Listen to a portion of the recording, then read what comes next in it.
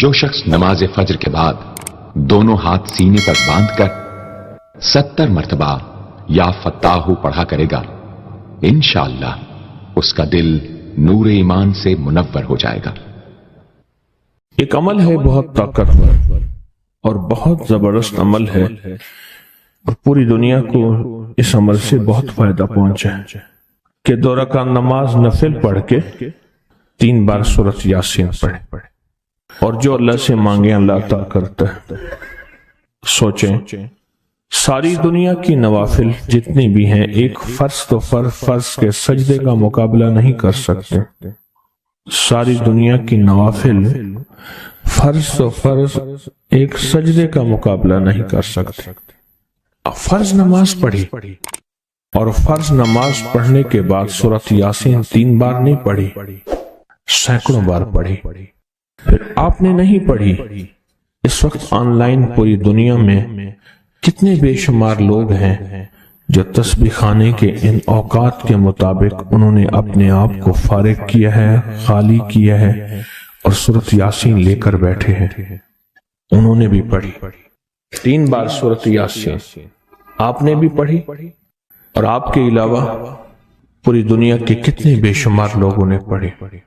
کسی نے درد سے، کسی نے غم سے، کسی نے جذبے سے، کسی نے آنسو بہاتے ہوئے، کسی نے اللہ سے باتیں کرتے ہوئے، کسی نے درد اور وجدان کی کیفیت سے۔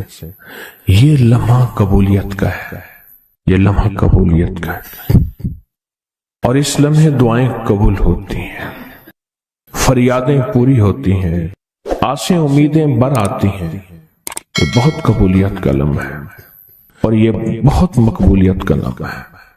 جس عمل کے بعد سورۃ یاسین پڑھی جائے، انفرادی پڑھنے سے 3 بار تو فائدہ ہوتا ہے۔ جس کو بھی میں نے یہ عمل بتایا، اس کو بہت فائدہ ہوا، اس کو بہت نفع ہوا۔ سوچیں، اجتماعی بیٹھ کے جب پڑھیں گے اس کا کتنا فائدہ ہوگا، اور اس فائدے پہ یقین ہو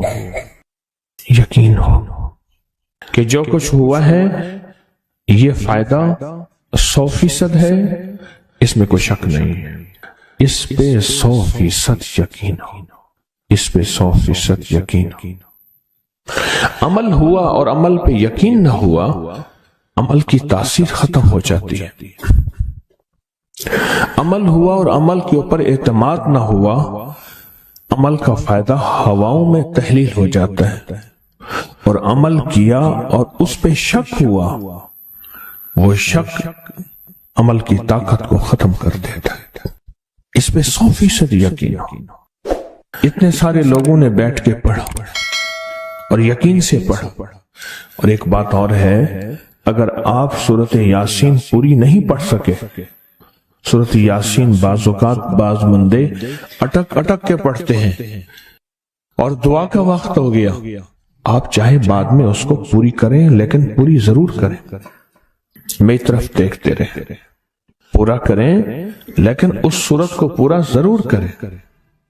اب سوچنا یہ ہے کہ اتنے طاقتور عمل میں نے دعا کون سی مانگنی؟ ایک تو پہلے یقین ہے انشاءاللہ کہ میری دعائیں قبول ہیں۔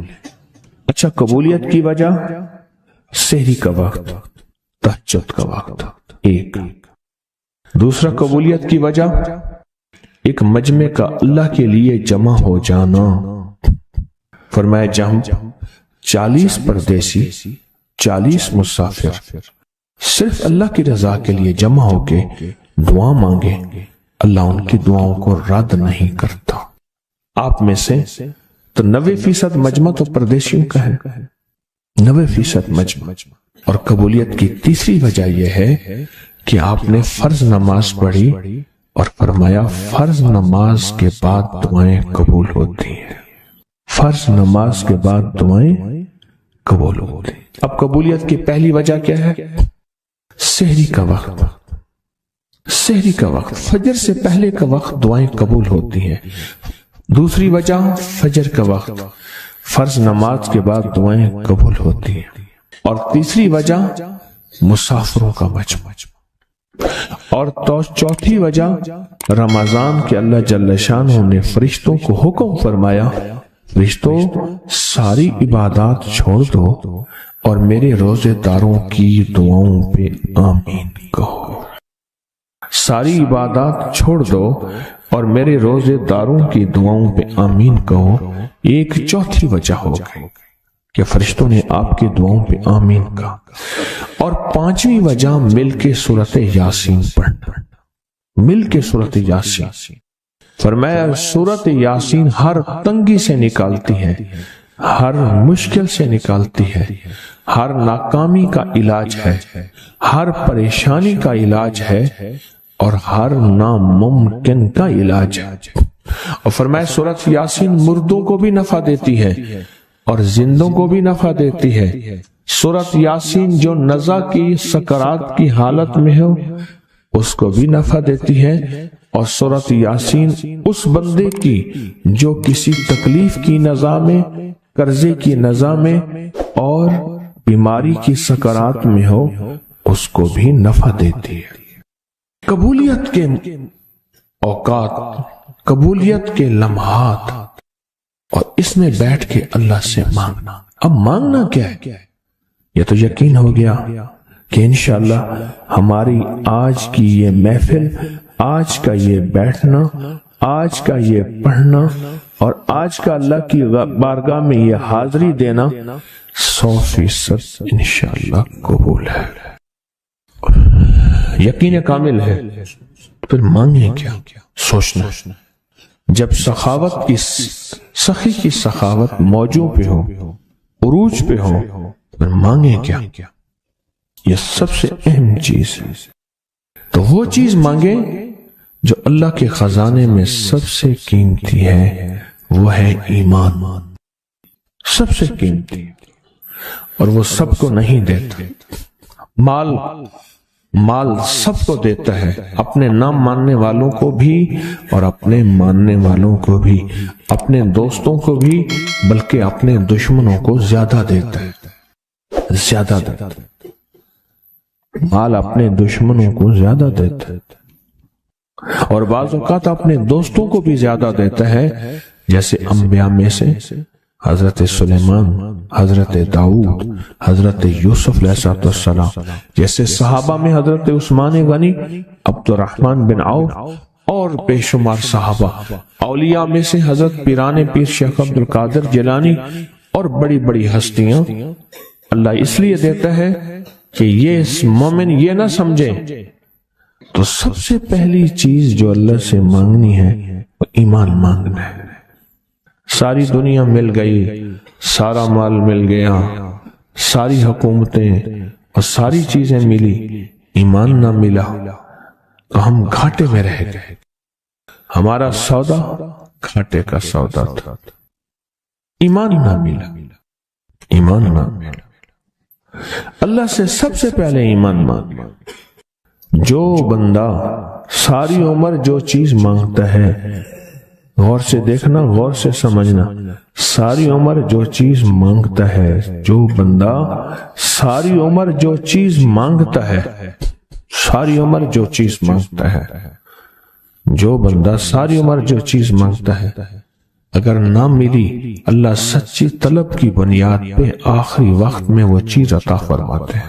زندگی میں جب بھی کہیں مشکلیں آئی ہیں، جب بھی کہیں پریشانی آئی ہیں، جب بھی کہیں الجھنیں امت کو آئی ہیں، جب بھی کہیں اولاد نہیں ہے، رزق نہیں ہے، صحت نہیں ہے، عزت نہیں ہے، سکون نہیں ہے، چین نہیں ہے، راحت نہیں ہے، جادوؤں نے گھیر لیا، بندشوں نے تباہ کر دیا، حاسدین نے برباد کر دیا، مشکلوں نے سر چڑھ کے ہمیں جھکا دیا، حالات نے ہماری زندگی کو تنگ کر دیا، کوئی پریشانی کی ضرورت نہیں۔ مجھے کہنے لگا کہ ہمارے علاقے میں ایک صاحب ہیں، بابا جی ہیں، کوئی بھی مشکل ہو وہ بیٹھ کے سورۃ قل ہو اللہ پڑھاتے ہیں۔ ان کے پاس 7 کھانے لے جانے پڑتے ہیں، 7 کھانے، لے جانے پڑتے ہیں، وہ سورۃ قل ہو اللہ پڑھاتے ہیں بٹھا کے بندوں کو، اور ان کے لیے کھانے ضروری ہیں، کھانے اچھے ہوں، ایک سوٹ ہو، 7 کھانے ہوں، ایک خوبصورت تکیہ ہو، ایک کھیس اچھا بہترین بچھونا ہو، ایک بسترے کی چادر ہو، اور 7 کھانے ہوں۔ فرمایا وہ دیتے ہیں، لیتے ہیں، سورۃ قل ہو اللہ پڑھاتے ہیں، پھر بیٹھ کے دعا کرتے ہیں، بہت دیر تک دعا کرتے ہیں، لوگوں کی مشکلیں حل ہو جاتی ہیں، لوگوں کی پریشانیاں دور ہو جاتی ہیں۔ میں نے کہا کسی طرح بابا جی سے پتہ چلے گا وہ دعا کیا مانگتے ہیں، کہنے لگا وہ دعا کسی کو نہیں بتاتے، بس کہتے ہیں آؤ میرے ساتھ بیٹھ کے سورۃ قل ہو اللہ پڑھو، اب اللہ کر درود پاک پڑھو اور سورۃ قل ہو اللہ پڑھو، وہ دعا کسی کو نہیں بتاتے۔ میں نے کہا کسی طرح پتہ کر وہ دعا کسی سے تجھے بتا دے، اس نے کہا پتہ کروں گا۔ کچھ عرصے کے بعد بندہ مجھے ملا، آتے یہ کاغذ دیا، اور کاغذ دے کے مجھے کہنے لگا آپ کو یاد ہے آپ نے میری ایک ذمہ داری لگائی تھی، اور وہ ذمہ داری یہ لگائی تھی کہ ایک ہمارے ہاں بابا جی ہیں، ان کے پاس کوئی دنیا کی مشکل، پریشانی، الجھنیں، ناکامیاں، حالات، مسائل، بے اولادی، جادو، جنات، اثرات، بندشیں، کوئی بھی ہے، وہ مسئلے حل ہوتے ہیں، لیکن ان کی شرطیں یہ ہیں، خوبصورت تکیہ لیتے ہیں، بہترین سوٹ لیتے ہیں، بستری کی چادر لیتے ہیں، ایک کھیس یعنی پورا بستر لیتے ہیں، اور کہا اگر سردیاں تو ایک خوبصورت رضائی بھی لیتے ہیں، اور 7 رنگ کے کھانے لیتے ہیں، عطر کی خوشبو لیتے ہیں، یہ لیتے ہیں، یہ لیتے ہیں، وہ پھر آپ چھوڑ کے آ جائیں وہ ان کے ہوتے ہیں، بس آپ کو وہ دعا دے دیتے ہیں اور بٹھا کے سورۃ قل ہو اللہ پڑھتے ہیں۔ میں نے کہا کس طرح پتہ کر کے یہ عمل کیا ہے، پتہ کر یہ عمل کیا ہے۔ اس نے آیا نا تو اس نے مجھے خط دیا، اور خط دیتے ہی اس نے کہا کہ میں نے پتہ کیا ہے اس عمل کا، کسی طرح سے ان کے گھر کے ایک خاتون ہماری خواتین سے نسبت تھی، انہوں نے بتایا ہے وہ ساری سورۃ قل ہو اللہ وہ حضور کے گھرانے کو اس بارگاہ میں پیش کرتے ہیں، ان ہستیوں کو پیش کرتے ہیں، ان ہستیوں کو پیش کرنے کے بعد پھر ان کے وسیلے سے دعا کرتے ہیں اور کہتے ہیں آپ بھی ہمارے لیے دعا فرمائیں۔ یہ کہنا شرک نہیں ہے، خیال کرنا، میں امت کو شرک پہ نہیں لگا رہا، بدعت پہ نہیں لگا رہا، میرے ساتھ ہر عمل کے بڑے بڑے حوالے ہیں، میرے ساتھ ہر عمل کی بڑی بڑی طاقتور لنکس اور ریفرنس ہیں، میں نہیں لگا رہا، میں ایک وعدہ کرتا ہوں اور ایک دعویٰ کرتا ہوں، لیکن وہ دعویٰ نہیں ہے نہ وعدہ ہے۔ کوئی آ کے یہ نہ کہے کہ ظالم ساری عمر خرپی شرک اور بدعت میں لگا، اور ہمیں بھی شرک اور بدعت میں لگایا، اور میری قبر پہ کوئی پاؤں نہ مارے۔ ہاں یہ ضرور آ کے کوئی کہے اے اللہ اس کی قبر پہ ترس کھا اور رحم فرما، ساری عمر تیرے اور تیرے حبیب کی سچی راہیں دکھاتا رہا، اور محمد آل محمد کی سچی راہیں دکھاتا رہا، یہ وہ شخص ہے اللہ اس پہ ترس کھا، اللہ اس کو معاف کر دے۔ بڑا زبردست عمل۔ مجھے آ کے جب کاغذ دیا نا، کاغذ میں دیا تو انہوں نے کہا کہ خواتین کے ذریعے ہمیں جو پتہ چلا، اور وہ پتہ یہ چلا کہ موصوف حضور کے گھرانے کو یہ ساری سورۃ اخلاص، ساری سورۃ قل ہو اللہ، یہ درود، یہ عمل ہدیہ کرتے ہیں، اور حضور کے گھرانے کو ہدیہ کر کے پھر ہماری مشکل کی دعا کرتے ہیں، اور بہت گڑ گڑا کے دعا کرتے ہیں، اور پھر ان کو ہدیہ دے کے عرض کرتے ہیں آپ بھی ہمارے لیے دعا فرمائیں، اور بہت دیر تک پھر آمین کہتے ہیں، آمین، اور اس تصور کے ساتھ، یہ تصور ذرا غور سے سنیے گا توجہ سے، اس تصور کے ساتھ کہ وہ ہستیاں میرے لیے دعا کر رہی اور میں آمین کہہ رہا، اور اللہ کی بارگاہ میں ان کی دعائیں قبول ہو رہی، اور اللہ کی عرشوں پہ دعائیں پہنچ گئیں، اور جبریل لے کر چلے گئے، اللہ کے حضور دعا رکھی گئی، اور اللہ نے اپنی طاقت اور قدرت کی مہر قبولیت کی لگا دی۔ کہا یہ عمل ہے۔ ان کو ہدیہ کرتے ہیں، میں پھر دوہرا رہا ہوں، غور سے سنیے گا، ان کو ہدیہ کرتے ہیں، ان کو ہدیہ کر کے ان کے وسیلے سے دعا کرتے ہیں، پھر ان کو دعاؤں کا عرض کرتے ہیں آپ بھی دعا فرمائیں، آپ بھی دعا فرمائیں۔ اور ان کو دعاؤں کا عرض کرتے ہیں اور پھر ان سے دعائیں لیتے ہیں اور بہت دیر تک آمین اس نیت سے کہتے ہیں کہ وہ دعا فرما رہے ہیں اور ہم ان کی دعاؤں پہ آمین کہہ رہے ہیں۔ یہ ہمارے اکابر کا عمل ہے، یہ ہمارے بڑوں کا عمل ہے، یہ ہماری بڑی بڑی ہستیوں کے عمل ہیں۔ میں اس لیے کہہ رہا ہوں میری کوشش ہوگی کبھی آپ کو شرک اور بدعت پہ نہ لگاؤں۔ میں اس لیے کہہ رہا ہوں میری کوشش ہوگی امت کو وہ خیر کے عمل بتاؤں جو عموماً لوگ چھپا کے چلے جاتے ہیں، جو عموماً لوگ اپنے تک رکھتے ہیں۔ میری کوشش ہوگی۔